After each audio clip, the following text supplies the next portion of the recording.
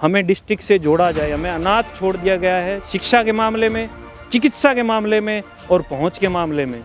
हम ऐसा जीवन व्यतीत कर रहे हैं गांव में, देखोगे आप, जाति बिरादरी भाईचारे सब चीज़ों को छोड़कर आप बेसिक सुविधा दे दीजिए। सर कुलदीप बिश्नोई के सिवा किसी को वोट नहीं देंगे सर। क्यों नहीं देंगे? और भी तो लड़ रहे हैं चुनाव, अधिकार है। सर अधिकार सबको है, लेकिन ये आदमपुर हल्का एक ऐसा मतलब हल्का है जिसमें दूसरे का नाम ही नहीं लेते हम, क्योंकि उनका राज ही हमारे दिलों पे है।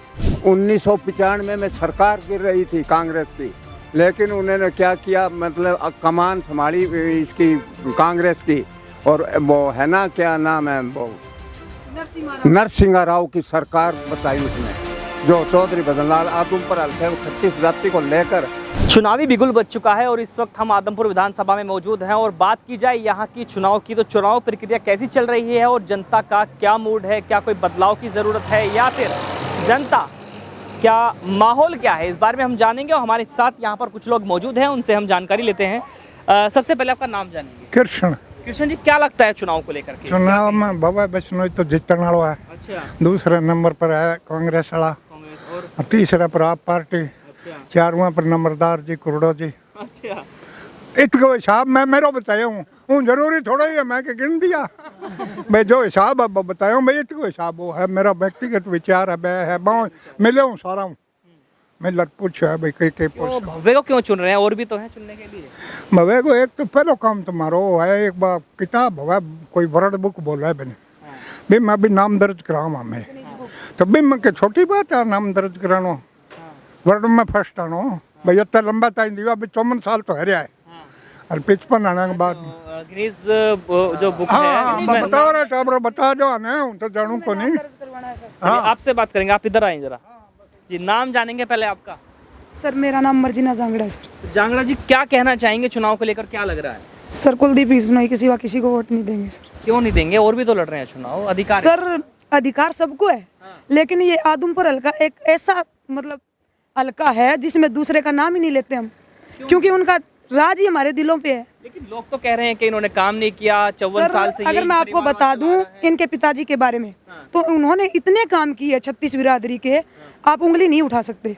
और अगर कुलदीप बिश्नोई पर अगर मतलब विपक्ष वाले उंगली उठा रहे हैं, तो उनका कारण ये है सर कि 10 साल पहले तो मतलब भूपेंद्र हुड्डा थे, तब इनका काम नहीं हो पाया सर। इनकी जनहित कांग्रेस थी, ये खिलाफत में थे सर। और दूसरी बार अभी 8 साल हो गए अपने मनोहर लाल खट्टर जी को, तब सर ये कांग्रेस में थे, तब इनका कोई काम नहीं हुआ सर। अभी इन्होंने इसीलिए भाजपा ज्वाइन की है कि आदमपुर हल्के में कुलदीप बिश्नोई के खिलाफ एक उंगली ना उठे और इतने काम हो जाए कि मतलब जैसे भूपेंद्र हुड्डा ने 10 साल में किए हैं ना, वो 2 साल में होने चाहिए। भूपेंद्र हुड्डा ये कह रहे थे कि ये आवाज ही नहीं उठाते थे विधानसभा में। उठाते हैं सर, लेकिन विपक्ष वालों की सुनता कौन है? कहाँ सुनता है सर? अगर आप घर में अगर हम 2 मेहमान आ गए और हमारी घर में ही नहीं चल रही है, चाय के लिए हम आवाज़ देंगे और वो चाय नहीं आएगी तो हमारी घर में नहीं चल रही, तो ये तो सर हल्का है, तो यहाँ कहाँ चलेगी सर? क्या लगता है कि चुनाव में तो मैदान में और भी हैं, जेपी भी हैं, जयप्रकाश हैं, सतेंद्र भी हैं, तो वो भी दौड़ में हैं। मतलब इनका प्यार है ना, वो औरों के पास नहीं है सर। इनका इतना प्यार है जनता से, मैं आपको मतलब बता ही नहीं सकती सर। मतलब आप बच्चे के नाम पर सुनोगे, या किसी बुजुर्ग के नाम पे सुनोगे, या किसी माता बहन के नाम पे सुनोगे, तो चौधरी भजनलाल, चौधरी कुलदीप बिश्नोई, चौधरी भव्य बिश्नोई। मैं एक बात से सहमत हो सकता हूं आपकी कि भजनलाल जी ने काम कराया है, वो जनता के बीच में रहे हैं, लेकिन इन पे तो ये आरोप लग रहे हैं कि ये काम नहीं कराते हैं, जनता के बीच नहीं रहते हैं, तो फिर कैसे कर पाएंगे? सर ये बिल्कुल झूठी बात है सर। ये आते हैं, हमारे गाँव में कोई काम होता है, कांड होती है, मोकांड होती है, या फिर कोई ब्याह शादी का माहौल है, तो अगर लोग बुलाते हैं तो आते हैं सर, ये हमारे बीच में ही रहते हैं। ये विपक्ष लोगों का काम है जातिवाद का गोल फैलना। जैसे हमारे गांव में धरना चल रहा था सर, उसमें एक बच्ची है, तो उसको मतलब अभी जो उसको सही ज्ञान होना चाहिए ना, वो उसको जातिवाद का गोल पिला रहे हैं। उसके मतलब उसको ऐसे बोलने, मतलब उसको ऐसी शिक्षा देनी चाहिए जो आज उसको नहीं मिल रही है सर। ये मतलब जो धरना वाले हैं उसको विपक्ष में भड़का रहे हैं, वो कुलदीप जी के खिलाफ गालियां दिलवा रहे हैं, ये गलत है सर। मैं उस लड़की से अनुरोध करती हूँ कि अपनी भाषा बोले, दूसरों की भाषा ना बोले, ना ही किसी अपने मतलब जो भी नेता हैं उनको गालियाँ दे, उससे अच्छा नहीं होता सर। चलिए, और लोग ही मौजूद है, क्या कहेंगे कि आपसे चुनाव की अगर बात की जाए तो क्या माहौल है? सर चुनाव में लगभग ये मान के चलो भी 30,000 प्लस से ही भव्य बिश्नोई जीत के निकलेंगे यहाँ से, कम से कम 30,000। अगर 30,000 से कम जीतते हैं ना तो हम सोचेंगे कि ये हमारी बहुत बड़ी मतलब कमी है कि 30,000 से कम वोटों से जीतते हैं। हम ये चाहते हैं कि 30,000 प्लस से वोट से यहाँ से जीत के जाए भारी मतों से। और आगे यहाँ पर हमारा मतलब मन तो ये है कि हमारे चौधरी कुलदीप बिश्नोई के सामने कोई आगे यहाँ पर आगे मतलब खड़ा भी होना तो भी ये सोचे भी यहाँ पे खड़ा हो या ना हो, इस तरह का माहौल हम चाहते हैं भी इतने वोटों से जीत के जाएं कि उन्होंने बहुत अच्छे काम किए हमारे लिए, हमारे आदमपुर के लिए। रही बात जैसे कि आप बोल रहे हो कि विपक्ष इन पे ये आरोप लगा रहे हैं काम नहीं करते, तो सर जब सत्ता में हाथ होगा तो काम करवाएंगे, ये क्यों नहीं करवाएंगे। जब लगभग 20 साल से ये सत्ता से बाहर है, हर बार जीतते ज़रूर है, हम बहुत सपोर्ट करते हैं, आदमपुर के लोग बिल्कुल सपोर्ट करते हैं इस सीट से और हर बार जिताते भी है, लेकिन सत्ता में नहीं रहते। वो आदमपुर का आप दुर्भाग्य मान लो या चौधरी कुलदीप बिश्नोई का दुर्भाग्य मान लो कि राज में इनका हाथ नहीं रहता। अब की बार इनका राज में हाथ है और 100% इतना काम करवाएंगे जितना कि मान लो कि पिछले 8 सालों में भाजपा में नहीं हुआ ना, उतना 2 साल में ये पूरा विकास करवाएंगे आदमपुर में, ऐसा बिल्कुल हमारी उम्मीद है सर। और लोगों से बात करते हैं। अच्छा क्या लगता है? अच्छा कहीं बाहर से जी, क्या लगता है? कुलदीप जीतेंगे जी, बहुत अच्छे वोटों से जीतेंगे। लेकिन चौधरी बदनलाल ऐसे आदमी है, 1995 में सरकार गिर रही थी कांग्रेस की, लेकिन उन्होंने क्या किया मतलब कमान संभाली इसकी कांग्रेस की, और वो है ना क्या नाम है वो नरसिंह राव की सरकार बचाई उसने। जो चौधरी बदनलाल आदमपुर हल्के 36 जाति को लेकर वो दिल्ली पार्लियामेंट में पहुंच के प्रधानमंत्री कुर्सी तक, वो व्यक्ति है बदनलाल जी। अब आप अगर मेरा पन्ना इतिहास का पन्ना उथल कर देख लो आप 1995 का, वो उनका ही पोता है।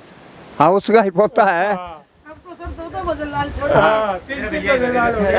चलिए इनसे भी बात करते हैं। जी बात मन रखनी है। हाँ बिल्कुल रखिए, बिल्कुल रखिए। जायज बात रखो ना, आप सच्चे पत्रकार हो ना। बिल्कुल जायज बात रखें, जायज बात करना चाहते हैं हम। सबसे पहले तो लोकतंत्र के इस महापर्व पे सबको बधाइयाँ। बहुत बढ़िया। हम राजा हैं, जो प्रजा वही राजा है और वही अपना राजा चुनती है। बिल्कुल। लेकिन मैं आपके माध्यम से एक आवाज़ पहुंचाना चाहता हूँ गांव खैरमपुर की तरफ से।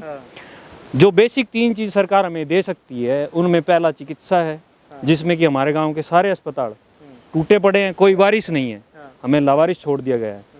हमारे पूर्वजों ने यहाँ एक अंग्रेजों से पहले स्कूल बनाया हुआ था, जिसमें लाहौर से विदेशों से बच्चे पढ़ने के लिए आया करते थे। उसका बहुत बुरा हाल है। मैं किसी पार्टी का विरोधी नहीं हूँ और क्षमा चाहता हूँ, लेकिन जनता ये सरकार को चेतावनी देना चाहती है कि चीज़ों को सुधारो।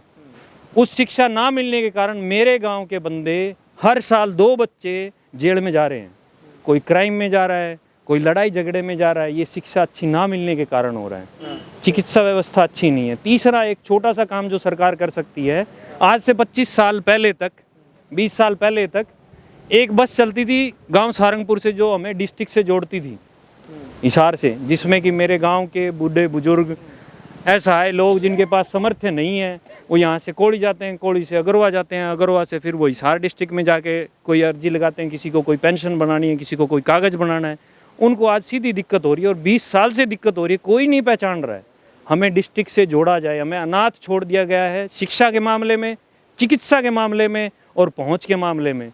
हम ऐसा जीवन व्यतीत कर रहे हैं गाँव में, देखोगे आप, जाति बिरादरी भाईचारे सब चीज़ों को छोड़कर आप बेसिक सुविधा दे दीजिए हमें। इस 75 साल के कानून के राज में हमें कानून का हक ही नहीं मिला।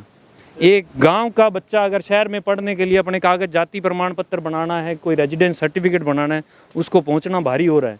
वो घर से यहीं एक सुविधा होनी चाहिए। और ये सरकार से मेरी विनती है हाथ जोड़ के, इसको अभी से संभाल ले। विधायक हमारा 3.5 साल में बदला गया है। पहले वाले को भी पेंशन मिल रही थी, अब जो 1.5 साल के लिए रहेगा उसको भी आजीवन पेंशन देगा। ये जीएसटी 18% का किसानों की खून पसीने की कमाई, ये कमेरे वर्ग की कमाई उनकी पेंशन में जाएगी, उनके बच्चों के लिए और उनकी पीढ़ियों के लिए मिलेगी। लेकिन मेरे गांव की आवाज़ आज भी दबी हुई है। नशे के 10-10 स्टेशन हैं, टिक्के लगते हैं यहाँ पे, नजायज़ शराब बिकती है, नजायज़ सारे काम हो रहे हैं। जो टैक्स का पैसा है, जो हमारी मेहनत का पैसा है, जो एक आम आदमी अपने मेहनत से मजदूरी से जो कमा रहा है, वो पैसा सारा बर्बादी में जा रहा है, इन नेताओं को पालन पोषण में जा रहा है। सारे गांव वालों से, सारी जनता से भी यही अपील है। और अब की बार जनता फिर एक चेतावनी के लिए मैसेज देगी, 1.5 साल के अंदर कुछ नहीं हुआ तो हम फिर बदलाव लाएंगे। अब भी बदलाव ला रहे हैं और आगे भी बदलाव लाएंगे।